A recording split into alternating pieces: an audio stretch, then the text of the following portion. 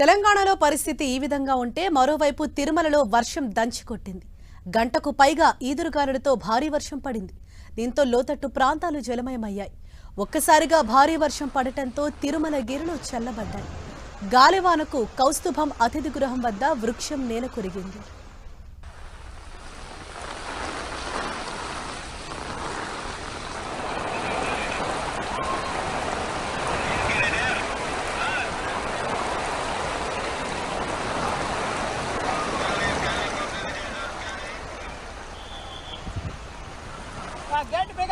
తిరుమలలో వర్షం దంచుకొట్టింది.